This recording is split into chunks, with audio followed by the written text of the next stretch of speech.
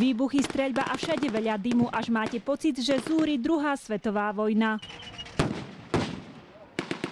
Vždycky máme nejaký scenár, ale sa to zvrhne a robíme potom nejakú improvizáciu. Proste sa hráme na vojakov. No zdá sa, že nejde len o hru. Niektorí účastníci tento boj prežívali viac ako osobne. V roku 1944 mlynára starého otca pána Krúpu partizáni v noci vylákali z domu, aby im ukázal cestu.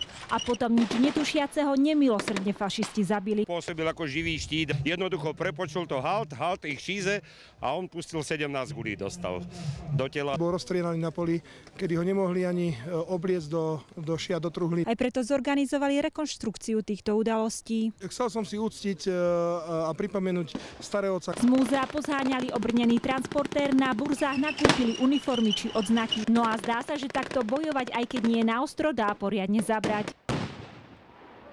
Musí byť dobrá kondička, lebo ako vidíte, celkom som sa spotil. Celá tá výstroj takých dobrých 20 kg odhadom. Týmto vzdávam ako hold tým obyčajným ľuďom. Tí, ktorí si tú históriu nepripomínajú, tak tí si potom musí prežiť ešte raz. Pre televíziu Joj, Eliška Prečová.